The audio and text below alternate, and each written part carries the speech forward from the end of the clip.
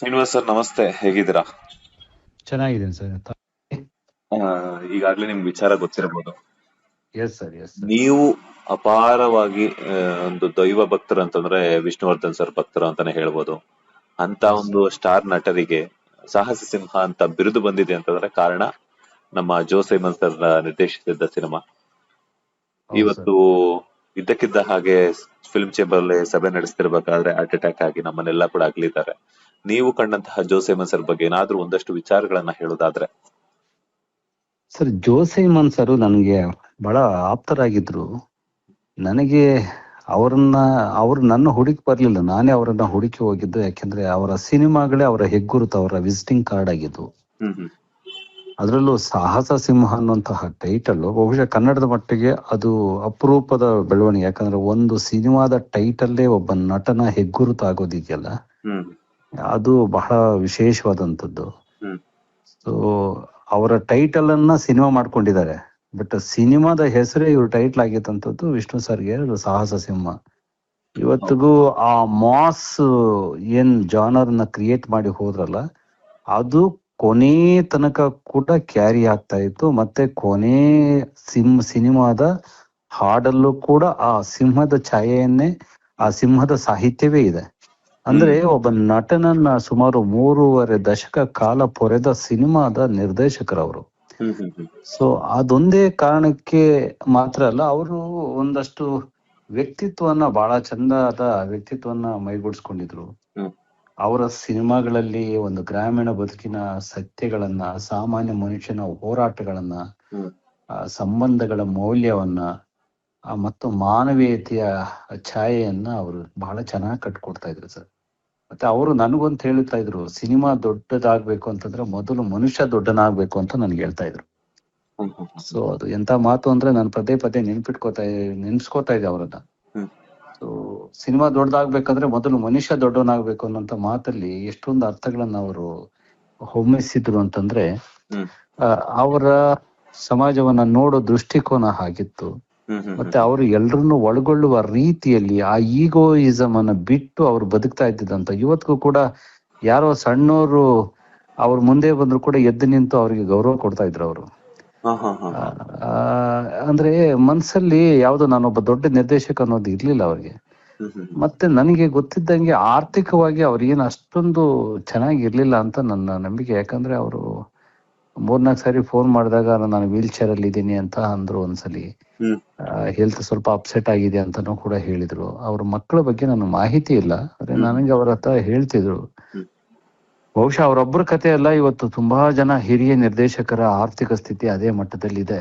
ಹ್ಮ್ so ಹ್ಮ್ ಹ್ಮ್ ಅವರುಗಳಿಗೆ ನಿಜವಾಗ್ಲೂ cinema ವಾಣಿಜ್ಯ ಮಂಡಳಿ ಇವರೆಲ್ಲ ಏನಾದ್ರು ಮಾಡಬಹುದಿತ್ತು ಅಂತ ನಾನು ಪ್ರತಿ ಸಲ ಅನಿಸ್ತಾ ಇರುತ್ತೆ. ಹ್ಮ್ ನಾವುಗಳೆಲ್ಲ ಖಾಸಗಿಯಾಗಿ ಅವರನ್ನ ಗೌರವಿಸಬಹುದು, ಅವರೊಂದು ಕಾರ್ಯಕ್ರಮದಲ್ಲಿ ವೇದಿಕೆ ಮೇಲೆ ಕೂರಿಸಬಹುದು, ಒಂದು ಪ್ರಶಸ್ತಿಯನ್ನ ನೀಡಬಹುದು. ಬಿಟ್ರೆ ಹ್ಮ್ ಇನ್ನು ಏನನ್ನು ಮಾಡ್ಲಿಕ್ಕೆ ಸಾಧ್ಯ ಇಲ್ಲ. ಅದು ಸರ್ಕಾರದ ಮಟ್ಟದಲ್ಲಿ ಇಂತಹವರ ಕೈ ಹಿಡಿಯೋ ಕೆಲಸ ಆಗ್ಬೇಕು. ಯಾಕಂದ್ರೆ ಇವರೊಂದು ಹೆಜ್ಜೆ ಗುರುತುಗಳನ್ನ ಮೂಡಿಸಿ ಹೋಗಿದ್ದಾರೆ. ಇವರಿಲ್ಲದ ಸಿನಿಮಾ ಅಂದ್ರೆ ಜೋಸೈಮನ್ ಅವರ ಸಿನಿಮಾಗಳನ್ನ ಬಿಟ್ಟು ನೀವು ಕನ್ನಡ ಚಿತ್ರರಂಗದ ಇತಿಹಾಸವನ್ನು ಹೇಳಕ್ಕೆ ಸಾಧ್ಯ ಇಲ್ಲ. ಸೊ 100%. ಆ ಕಾರಣಕ್ಕೋಸ್ಕರ ಇಂಥವರನ್ನ ಸ್ಮರಿಸುವ ಕೆಲಸ ಆಗ್ಬೇಕಿತ್ತು. ನಿಜಕ್ಕೂ ಇವತ್ತು ನಡೆದಂತಹದ್ದು ನೋಡಿ, ಅವರು ಸಿನಿಮಾನ ಅಷ್ಟು ಪ್ರೀತಿಸ್ತಾ ಇದ್ರು ಅಂದ್ರೆ ಆ ಸಿನಿಮಾ ರಂಗದ ಮಾತೃ ಸಂಸ್ಥೆ ವಾಣಿಜ್ಯ ಮಂಡಳಿಯಲ್ಲೇ ತೀರಿ ಹೋಗ್ಬೇಕಾದಂತಹ ಸಂದರ್ಭ ಬಂತು. ಇದೆಲ್ಲ ತರ ಮನ್ಸಿಗೆ ಬಹಳ ನೋವಿನ ವಿಷಯ. ನಾಳೆ ಹೋಗ್ತಿದೀವಿ ಅವರನ್ನ ದರ್ಶನ ಮಾಡ್ಕೊಂಬರ್ಲಿಕ್ಕೆ. ರೀಸೆಂಟ್ ಆಗಿ ಯಾವತ್ತಾದ್ರೂ ಭೇಟಿ ಆಗಿದ್ರ ಸರ್ ಅವ್ರಿಗೆ? ಆಗಿದ್ದೆ, ನಾನೊಂದು 6 ತಿಂಗಳ ಹಿಂದೆ ಭೇಟಿ ಆಗಿದ್ವಿ. ಹಾ ಹಾ ಇಲ್ಲೇ ಇದು ವಿಷ್ಣುವರ್ಧನ್ ಅವರ ಒಂದು ಕಾರ್ಯಕ್ರಮ ಸಂಬಂಧಪಟ್ಟಂಗೆ ನಾವು ಹ್ಮ್ ಒಂದು ಅಮೃತ ಮಹೋತ್ಸವ ಮಾಡಬೇಕು ಅಂತ ಪ್ಲಾನ್ ಮಾಡಿದ್ವಿ, ನಾನು ಎಸ್ ನಾರಾಯಣ್ ಅವರು ಮತ್ತೆ ರಾಜೇಂದ್ರ ಸಿಂಗ್ ಬಾಬು ಅವರು. ಹಾ ಹಾ ಆ ಸಂದರ್ಭದಲ್ಲಿ ಅವರನ್ನ ಭೇಟಿ ಆಗಿದ್ವಿ, ಸುಮಾರು ಸಲ ಮಾತನಾಡಿದ್ವಿ ಈ ಹ್ಮ್ ವಿಷಯದಲ್ಲಿ. ಒಂದಷ್ಟು ಅವರು ಕೂಡ ನಮ್ಮ ಈ ಒಂದು ಸಮಿತಿಯಲ್ಲಿ ಸೇರ್ಪಡೆ ಆಗಿದ್ರು. ಹಾ ಹಾ ಹಾ ಸೊ ಅದಾದ ಕಾರಣಾಂತರಗಳಿಂದ ಆ ವಿಷ್ಣುವರ್ಧನ್ ಅವರ ಅಭಿಮಾನ್ ಸ್ಟುಡಿಯೋನ ನೆಲಸಮ ಮಾಡಿಬಿಟ್ರು. ಹ್ಮ್ ಆಗ ನಾವು ಬೇರೆ ಹೋರಾಟವನ್ನ ಕೈಗೆತ್ತಿಕೊಂಡಿದ್ರಿಂದ ಈ ವಿಷಯವನ್ನ ಸ್ವಲ್ಪ ಮುನ್ನೆಲೆಗೆ ಮುಂದೂಡೋಣ ಅಂತ ಹೇಳಿಬಿಟ್ಟಿದ್ವಿ. ಸೊ ಹೀಗಾಗಿ ಮತ್ತೆ ಆ ಕಾರ್ಯಕ್ರಮ ಆಗ್ಲಿಲ್ಲ. ಇಲ್ಲಾಂದ್ರೆ ಇನ್ನೊಂದಷ್ಟು ಒಡನಾಟ ಹೆಚ್ಚಾಗ್ತಿತ್ತು, ಇನ್ನೊಂದಷ್ಟು ಮಾತುಕತೆಗಳಾಗ್ತಿತ್ತು. ಅವರು ಕನ್ನಡ ಮಾಣಿಕ್ಯ ಅಂತ ನಮ್ದೊಂದು ಯೂಟ್ಯೂಬ್ ಚಾನಲ್ಗೆ ಅವರ ಜರ್ನಿ ಬಗ್ಗೆ, ವಿಷ್ಣುವರ್ಧನ್ ಅವ್ರ ಬಗ್ಗೆ, ಆ ಸಾಹಸಿಂಹ ಆದ ಬಗ್ಗೆ, ಅದಾದ್ಮೇಲೆ ಸಾಹಸಿಂಹ ಆದ ನಂತರದಲ್ಲಿ ಅವರಿಗೆ ಎದುರಾದ ಕಷ್ಟಗಳ ಬಗ್ಗೆ. ಯಾಕಂದ್ರೆ ಎಲ್ಲೇ ಹೋದ್ರು ಕೂಡ ವಿಷ್ಣುವರ್ಧನ್ ಅವರಿಗೆ ಒಂದಷ್ಟು ವಿರೋಧಿ ವಲಯ ಉಟ್ಕೊಂಡಿತ್ತು, ಅವರ ಯಶಸ್ಸನ್ನ ಸಹಿಸದೇ ಇರುವಂತವ್ರು. ಅವರೆಲ್ಲರೂ ಕೂಡ ಇವ್ರು ಎಲ್ಲೇ ಹೋದ್ರು ಕೂಡ ಇವನೇ ಕಣೋ ಅವನು ಅಂತ ಹೇಳೋರಂತೆ. ಸೈನ್ ಕೊಟ್ರೆ ಸಾಕಂತೆ, ಯಾರೋ ಬರೋದು ಸುಮ್ಮನೆ ಹಂಗೆ ಉಜ್ಕೊಂಡು ಹೋಗೋದು, ಯಾರೋ ಬರೋದು ಹೀಗೆ ಸುಮ್ಮನೆ ಎರಡೂ ಬಿಟ್ಟು ಅವ್ರ ಮೇಲೆ ಬಿದ್ದುಬಿಟ್ಟು ತಳ್ಳಿಬಿಡೋದು. ಮತ್ತೆ ಅವರು ಬಾಗಿಲು ಡೋರ್ ಹಾಕೊಂಡು ಒಳಗಡೆ ಕೂತ್ಕೊಳ್ಳೋಕ್ ಹೋದ್ರೆ ಡೋರ್ನ ಗಟ್ಟಿಯಾಗಿ ಇಟ್ಕೊಂಡ್ಬಿಟ್ಟು ನಿಂತ್ಕೊಳ್ಳೋದು. ಇದೆಲ್ಲ ಮಾಡ್ತಿದ್ರಂತೆ ಕೆಲವು ಕಡೆಗೆಲ್ಲ. ಸೊ ಅದನ್ನೆಲ್ಲ ಹೇಳ್ಕೊಂಡು ನಾನು ತುಂಬಾ ಕಷ್ಟ ಅನುಭವಿಸಿದೆ. ಬಟ್ ಸಿನಿಮಾದ ಯಶಸ್ಸು ಕಷ್ಟ ಕೊಡುತ್ತಂತಂದ್ರೆ ಅದನ್ನ ನಾನು ಸುಖವಾಗಿ ಸ್ವೀಕರಿಸಕ್ಕೆ ರೆಡಿ ಇದ್ದೆ ಅಂತ ಹೇಳ್ತಿದ್ರು ಅವರು ಪ್ರತಿ ಸಲ. ಆ ಇಂಟರ್ವ್ಯೂದಲ್ಲೂ ಕೂಡ ಇದೆ ಆ ಮಾತುಗಳೆಲ್ಲವೂ ಕೂಡ. ಸರ್, ಈಗ ಅಪ್ಪಾಜಿ ಅವ್ರಿಗೆ ಸಾಹಸ ಸಿಂಹ ಅಂತಾನೆ ಕರೀತಾರೆ ಎಲ್ಲರೂ ಕೂಡ, ಬಿಕಾಸ್ ಯಾಕಂತಂದ್ರೆ ಇವರು ನಿರ್ದೇಶನ ಮಾಡಿದಂತಹ ಸಿನಿಮಾ. ಅವರೊಟ್ಟಿಗೆ ಸಾಕಷ್ಟು, ಅಂದ್ರೆ ಕನ್ನಡ ಸಿನಿಮಾ ರಂಗದಲ್ಲಿ ಸಾಕಷ್ಟು ನಟರಿದ್ರು ಕೂಡ ವಿಷ್ಣುವರ್ಧನ್ ಸರ್ ಜೊತೆಗೇನೆ ಸಾಕಷ್ಟು ಸಿನಿಮಾಗಳ ಜೊತೆ ಕೆಲಸ ಮಾಡಿದಂತಹವರು. ಹೌದು. ಸೊ ಸಿಕ್ಕಾಗ ನೀವು ವಿಷ್ಣು ಸರ್ನ ಭೇಟಿ ಆದಾಗಿರ್ಬೋದು, ಅಥವಾ ನೀವು ವಿಷ್ಣು ಸರ್ ಮತ್ತೆ ಜೋಸೆಮನ್ ಸರ್ ಭೇಟಿ ಆದಾಗಿರ್ಬೋದು, ಯಾವ ರೀತಿ ಇರ್ತಿತ್ತು ವಿಷ್ಣು ಸರ್ ಮತ್ತೆ ಜೋಸೆಮನ್ ಸರ್ ಭೇಟಿ ಆದಂತ ಸಂದರ್ಭದಲ್ಲಿ? ಇಲ್ಲ, ನಾನು ವಿಷ್ಣು ಸರ್ನ ಇವ್ರ ಜೊತೆಗೆ ಎಂದೂ ಭೇಟಿ ಆಗಿಲ್ಲ. ಮತ್ತೆ ಅವರ ಒಡನಾಟ ಅವ್ರು ಹೇಳಿದ್ದನ್ನ ಕೇಳಿಸ್ಕೊಂಡಿದ್ದೆ ಹೊರತು ನಾನು ಕಂಡಿದ್ದಿಲ್ಲ. ಅಂದ್ರೆ ಏನಾದ್ರು ಶೇರ್ ಮಾಡ್ತಿದ್ರ ನಿಮ್ ಜೊತೆ ಏನಾದ್ರು? ಹೌದು, ತುಂಬಾ ವಿಷಯಗಳು ಮಾಡಿದ್ದಾರೆ. ವಿಷ್ಣು ಸರ್ ಹೇಗಿರ್ತಿದ್ರು ಅದೆಲ್ಲ ನಾ ಇಂಟರ್ವ್ಯೂಗಳಲ್ಲಿ ಇದಾವೆ. ತುಂಬಾ ವಿಷಯಗಳನ್ನ ಶೇರ್ ಮಾಡ್ತಾ ಇದ್ರು ಅವರು.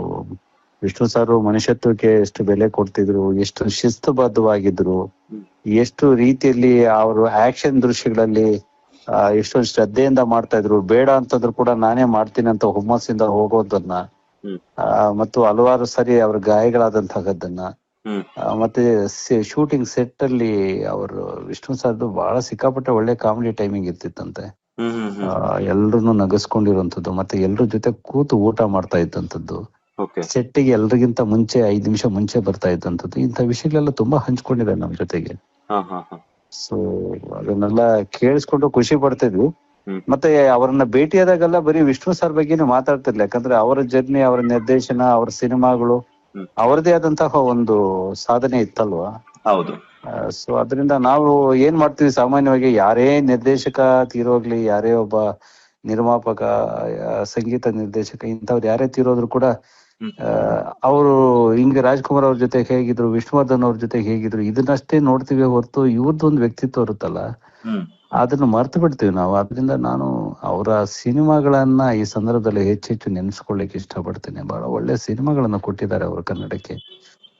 ಸೊ ಅವರನ್ನ ಅವರ ನೋವುಗಳನ್ನ ಇತಿಹಾಸ ಒಂದು ಪಾಠವಾಗಿ ಮತ್ತು ಅಕಾಡೆಮಿ, ವಾಣಿಜ್ಯ ಮಂಡಳಿ ಅಂತವು ಅವರನ್ನ ದಾಖಲೆಯಾಗಿ ಉಳಿಸ್ಕೊಳ್ಳುವಂತ ಪ್ರಯತ್ನವನ್ನು ಮಾಡ್ಬೇಕು ಅವ್ರ ಸಿನಿಮಾಗಳನ್ನ.